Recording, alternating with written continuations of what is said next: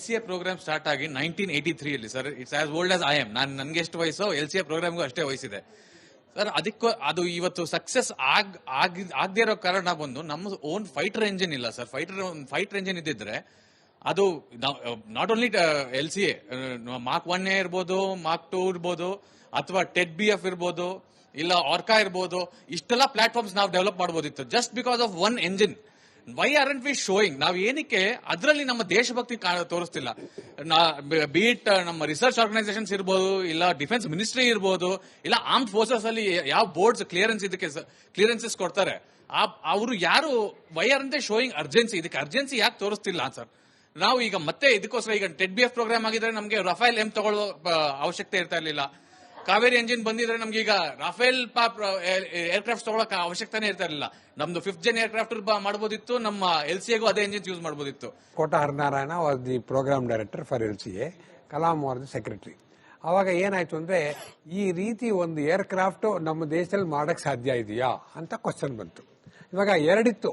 ಒಂದು LCA aircraft ನಮ್ಮ ಕೈಲಿ ಮಾಡಕ್ಕಾಗತ್ತಾ, ಒಂದು. ಇನ್ನೊಂದು ಆಕಾಶ್ ಮಿಸೈಲ್ ನಮ್ಮ ಕೈಲಿ ಮಾಡಕ್ಕಾಗತ್ತಾ. ಒಂದು ಏರ್ ಅಟ್ಯಾಕ್ ಮಾಡೋದು, ಒಂದು ಏರ್ ಡಿಫೆನ್ಸ್ ಮಾಡೋದು.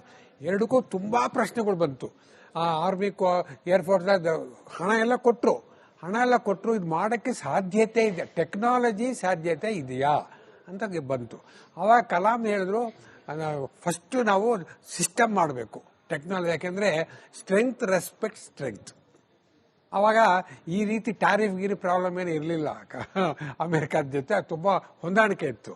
ಆದ್ರಿಂದ ಏರ್ಕ್ರಾಫ್ಟ್ ಮಾಡೋದು ಪ್ರಾಮುಖ್ಯತೆ ಇರೋದ್ರಿಂದ ಎಂಜಿನ್ ಕೊಂಡ್ಕೊಂಬೋಣ, ಫಸ್ಟ್ ಏರ್ಕ್ರಾಫ್ಟ್ ಮಾಡೋಣ.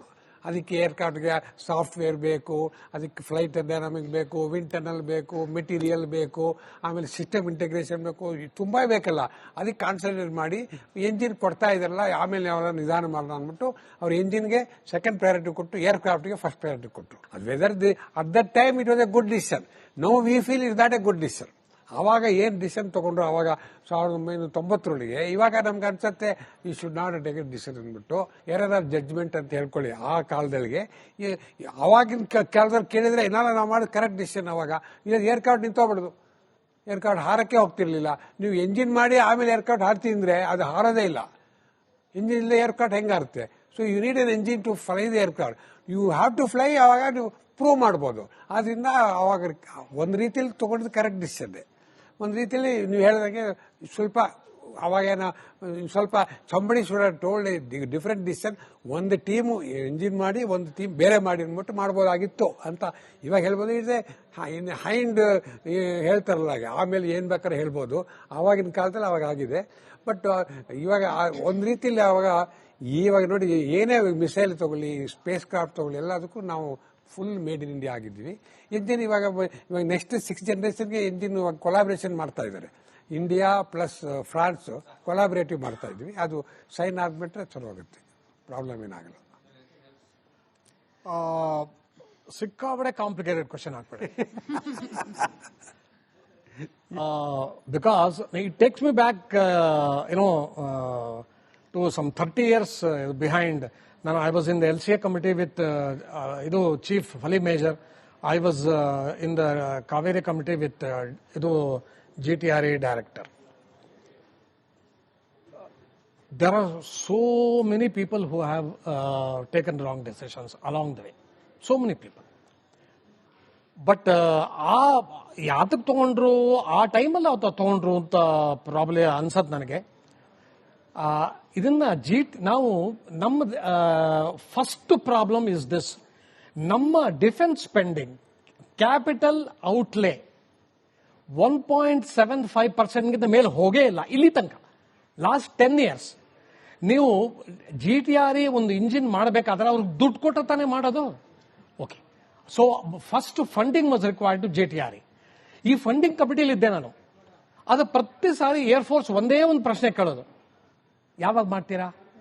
ಈಗ ನೀವೊಂದು ಫೇಮಸ್ ಕಾರ್ ಆಡಿದೆ, ಒಬ್ಬ ಕಾರ್ ಕೊಂಡ್ಕೊಳಕ್ ಹೋಗ್ತಾನೆ, ಕಿತ್ನಾ ದೇತಾ ಹೈ. ಸೊ ಇದು ಕಿತ್ನಾ ದೇತಾ ಹೈ ಸೀನ್ ಇದು. ಯಾವಾಗ ವೆನ್ ಇಟ್ ಬಿ ರೆಡಿ?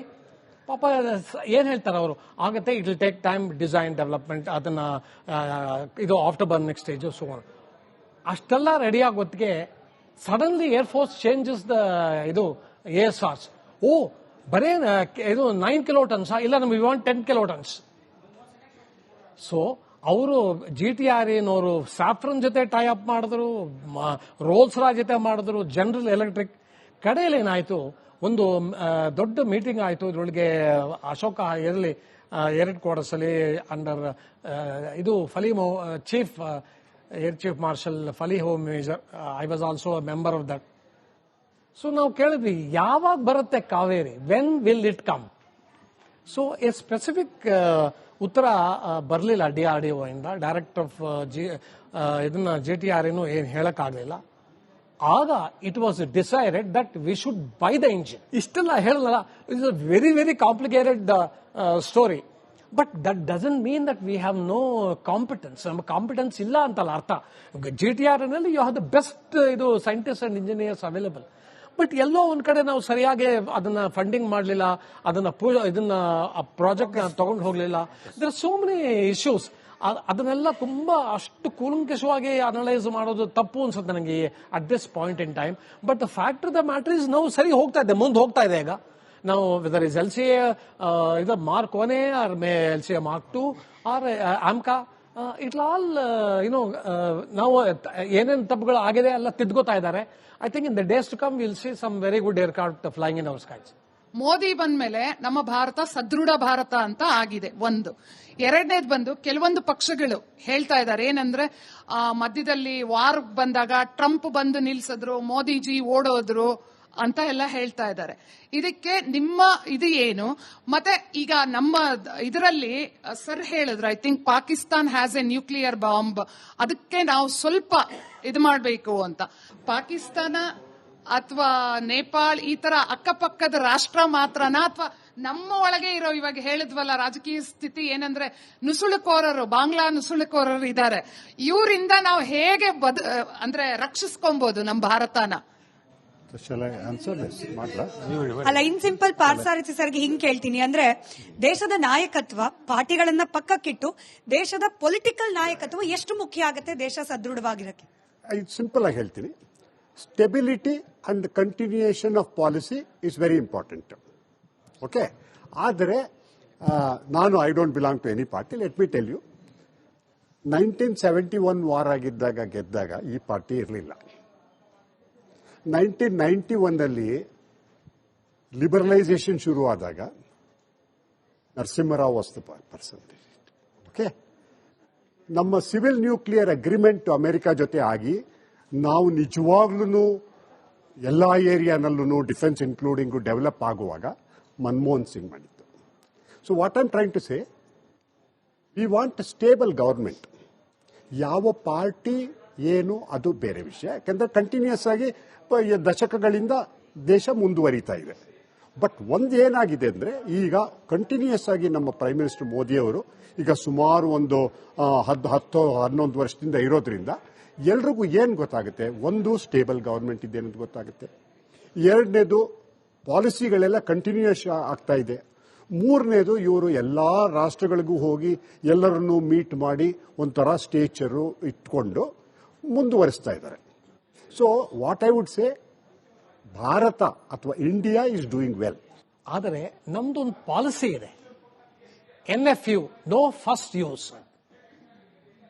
ಅದು ಸ್ಟ್ರಾಟಜಿಕ್ ಫೋರ್ಸಸ್ ಕಮಾಂಡ್ ಅದನ್ನ ಸೆಟಪ್ ಮಾಡಿದಾಗ ಅದು by turns army, navy, air force they assume the command of that. ಈಗ ಅದನ್ನ they have brought it directly under CDS, chief of the defence staff, directly under the Raksha Mantri. But ಪಾಕಿಸ್ತಾನದಲ್ಲಿ that is not the case.